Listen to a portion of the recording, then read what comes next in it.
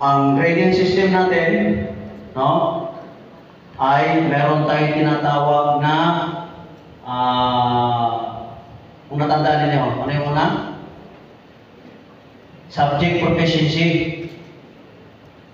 Dito, meron tayong preliminary exam, meron tayong midterm exam, at meron tayong final exam. So, 90 sa midterm, 90 sa final, divided by 3. So, a total of 90. Then, ang subject proficiency, 40% yan. Then, attendance. Sa attendance naman, ang authorized absent ay 3 lamang. At example, ang attendance nyo ang nakuha ay 12, ang grade niyan ay 80, no? 80. So sa attendance naman ay 30%. No? Then sa aptitude naman, mayroon tayong allotted na 100 merits.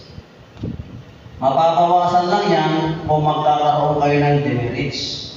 Kung na-late kayo, kung long-hair kayo, kung wala kayong hairnet, no? And etc.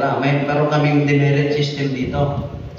No? I-award namin yan. So, pagka na-awardan kayo niyan, mapapawasan yung 100 merits. So, example, meron kayong 10 demerits, di 100 minus 10, 90% na lang.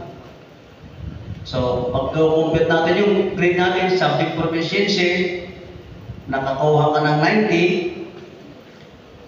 90, i-multiply yun ng 0.4 kasi 40%. Sa atin na sama, nakuha mo 80%, i-multiply yun ng 0.3 kasi 30%. Then sa aptitude naman, since 90 ang nakuha mo, i-multiply din natin ng 0.3 sa 30%. Pag nakuha yun, i-divide yun, ipapras yung 3, yun na yung magiging final grade sa ROTC.